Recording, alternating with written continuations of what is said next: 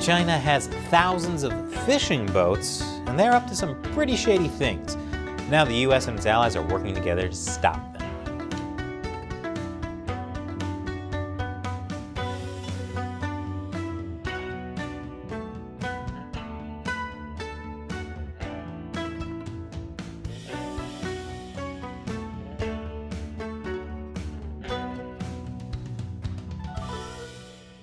Welcome to China Uncensored, and I'm Chris Chappell. President Joe Biden has made his first trip to Asia, and U.S.-China policy was the major topic of conversation. For more on that, check out Friday's episode of China Uncensored. But part of Biden's trip included a meeting of the Quad. That's an alliance between the U.S., India, Japan, and Australia. It's aimed at countering the influence of the Chinese Communist Party in the Indo-Pacific. And they announced a new plan to track Chinese dark ships in the Indo-Pacific. What are dark ships? Does it involve the series finale of Pirates of Dark Water that everyone has been demanding? What? No, that's just me.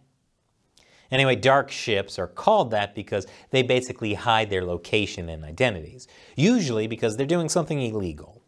And China has a massive fishing fleet that does just that.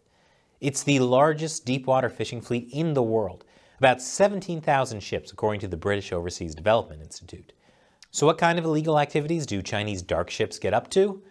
Well, these are some truly nefarious things. I'll tell you more after this quick break. Welcome back. There's a reason Chinese ships turn off their transponders and locators and go dark. It's because they're up to some pretty shady things. Now, to be clear, a lot of Chinese fishing ships aren't really fishing ships.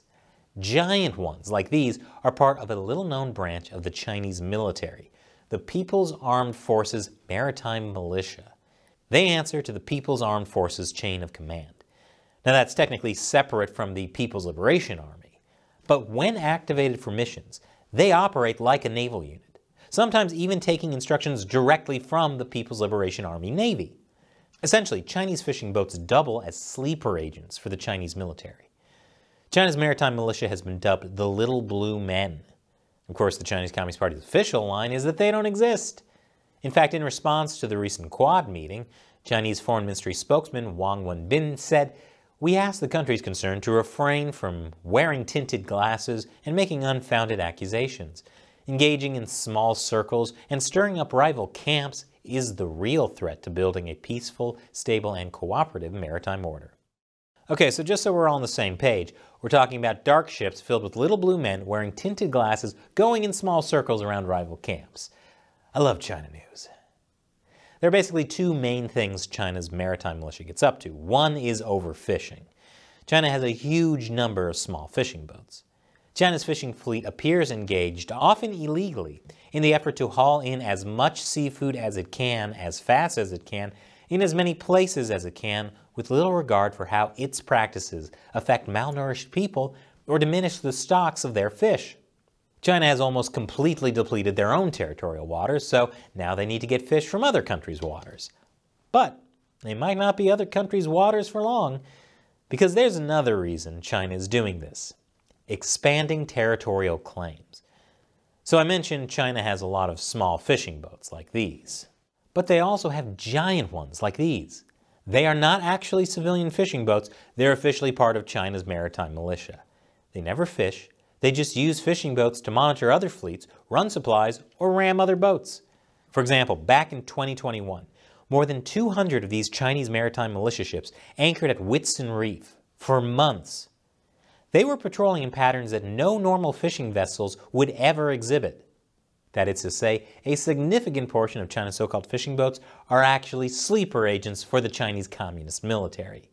They're helping China slowly expand its territorial claims around the world, particularly in the Indo-Pacific. So how does the Quad plan to deal with it? More after this final commercial break. Welcome back. The Quad knows China's maritime militia, disguised as fishing boats, is a threat, and they've just announced a plan to track them. Now you might be wondering, these are dark ships. Aren't they hiding their location and identity so they can't be tracked? Well, the Quad has a plan. Over the next 5 years, the Quad members, the United States, Japan, Australia, and India, will share unclassified data they gather about these ships. According to the White House, this initiative will transform the ability of partners in the Pacific Islands, Southeast Asia, and the Indian Ocean region to fully monitor the waters on their shores and, in turn, to uphold a free and open Indo-Pacific. This kind of data sharing has never happened before between the Quad countries, and it couldn't come at a more crucial time.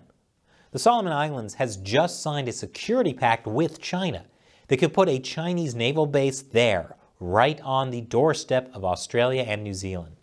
Even more serious is the recent talk of a Chinese base in Kiribati. According to the Center for Strategic and International Studies, Kiribati would be much more serious than the Solomons. Not only are they relatively close to Hawaii, but under the Treaty of Tarawa, the U.S. agreed to give up its claims to those islands on the condition that Kiribati wouldn't allow any third party basing on them without consulting the U.S. So it could also be a violation of the U.S. treaty, and that could lead to a major dispute. But I think there's one thing we can all agree on. The world desperately needs a proper conclusion to Pirates of Dark Water.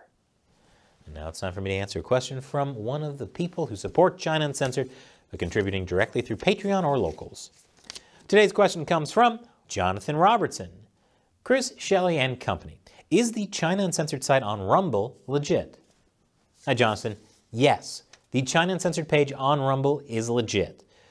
We have an official site on Locals where China Uncensored fans interact with each other and also contribute to the show. Last year, when Rumble bought Locals, they asked us if we wanted a Rumble page, and we said yes. So it's basically a copy of our YouTube videos. There's not nearly as many viewers there, of course, but at least Rumble won't censor us the way YouTube does. It's good to have both.